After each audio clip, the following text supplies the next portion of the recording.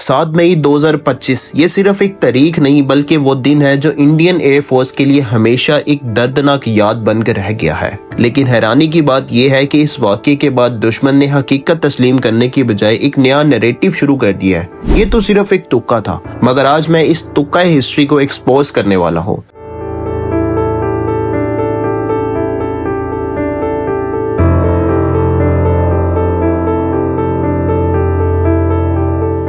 दोस्तों, फिजाई जंग में कभी तुक्का नहीं होता, सिर्फ प्रिपरेशन होती है, प्लानिंग होती है और प्रिसीजन होती है। जो कुछ उस दिन हुआ वो किसी किस्म का इंसिडेंट नहीं था, बल्कि 3 साल की लगातार मेहनत थी दोस्तों।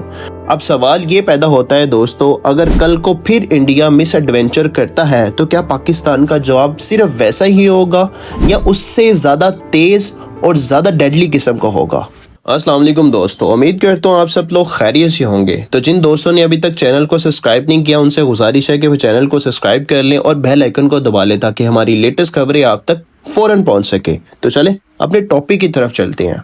दोस्तों, इस बात को समझने के लिए सबसे पहले दुश्मन की असल ताकत का जायजा लेते हैं। बात करते हैं इंडिया के नंबर गेम की।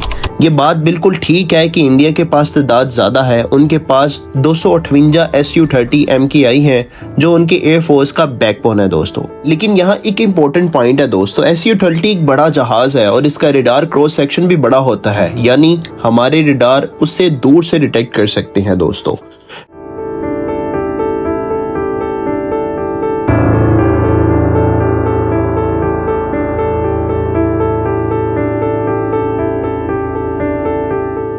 फिर आते हैं राफेल पर, जिसे इंडिया ने अपने सबसे मॉडर्न स्ट्रेंथ बताया। 36 एयरक्राफ्ट आए थे, लेकिन क्रैश के बाद उनकी ऑपरेशनल स्ट्रेंथ कम हुई है। इसके अलावा MiG-29 और मिराज 2000 का स्क्वाड्रन्स हैं, लेकिन इनमें अक्सर पुरानी टेक्नोलॉजी पर डिपेंड करते हैं दोस्तों। नेवी के MiG-29 के इतने मिसाइल का शिकार है कि खुद उनके सीनियर ऑफिसर ने उन्हें अनरिलायबल कहा है।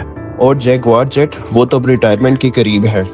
तो दोस्तों, यहाँ एक बेसिक सवाल पैदा होता है, क्या सिर्फ तादाद जंग जीतती है? जवाब है बिल्कुल नहीं। और यहाँ से असली खेल शुरू होता है जेट्स वो तो अब रिटायर के करीब आते हैं असली बैटलफील्ड एडवांटेजेस पर, यानी टेक्नोलॉजी एज। पाकिस्तान ने क्वांटिटी की बजाय क्वालिटी को चूज किया। इंडिया के Su-30, MiG-29 और मिराज 2000 में अभी भी हेक्सा रेडार नहीं है, सिर्फ राफेल इस टेक्नोलॉजी से लेस है दोस्तों।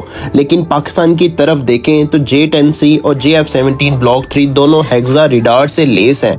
अब सवाल यह है कि हेक्सा रेडार इतना पावरफुल क्यों है? सिंपल अल्फाजों में समझाने की कोशिश करूं तो ये रेडार दुश्मन को पहले डिटेक्ट करता है, एक वक्त में मल्टीपल टारगेट को ट्रैक करता है और जैमिंग के खिलाफ बहुत स्ट्रॉन्ग होता है, यानी जो पहले देखेगा वो पहले मार देगा।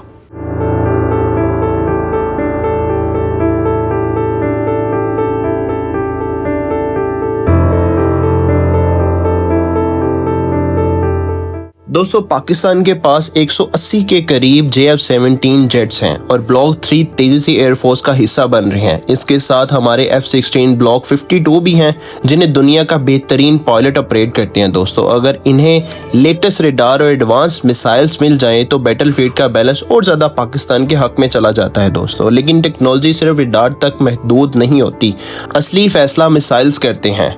जंग सिर्फ जहाजों से नहीं जीती जाती दोस्तों, बल्कि मिसाइल से जीती जाती है। पाकिस्तान के पास PL-15 मिसाइल्स हैं जो एक गेम चेंजर हैं दोस्तों। इसकी लॉन्ग रेंज और dual plus rocket motor enemy pilot को नो एस्केप जोन में फंसा देती है। अक्सर लोग मेट्रो मिसाइल का जिक्र करते हैं, लेकिन PL-15 का हेक्सा सीकर उसे बहुत एडवांस बनाता है। ये मिसाइल सिर्फ दूर से स्ट्राइक नहीं करती बल्कि इलेक्ट्रॉनिक वारफेयर का इन्वायरमेंट में भी इफेक्टिवनेस मेंटेन करती है दोस्तों।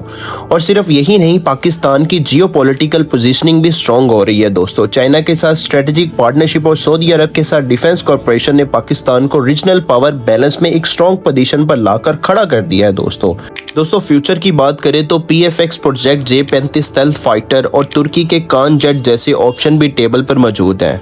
तो अब जब हम पूरी पिक्चर देखते हैं तो बिल्कुल क्लियर हो जाता है दोस्तों। इंडिया बेशक क्वांटिटी में बड़ा है, लेकिन पाकिस्तान के पास क्वालिटेटिव एज है। हमने सिर्फ एयरफोर्स को नहीं बल्कि स्पेस कमांड, साइबर कमांड और ज्वाइंट ऑपरेशन का एक इंटीग्रेटेड सिस्टम बनाया है। ये सिस्टम दुश्मन की हर हरकत को पहले से ही समझ लेते हैं।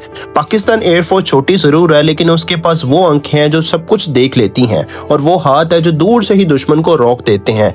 इसीलिए इंशाल्लाह पाकिस्तान हमेशा एक कदम आगे ही रहेगा। अब दोस्तों दोस्तों आपसे सवाल है, क्या पाकिस्तान को मजीद स्टेल्थ जेट पर फोकस करना चाहिए या फ्यूचर ड्रोन्स और एआई वॉरफेयर पर इन्वेस्ट करना चाहिए? कमेंट में अपनी राय का इज़हार जरूर करेगा। तो दोस्तों मिलती है अगली वीडियो में, तब तक के लिए अल्लाह हाफिज।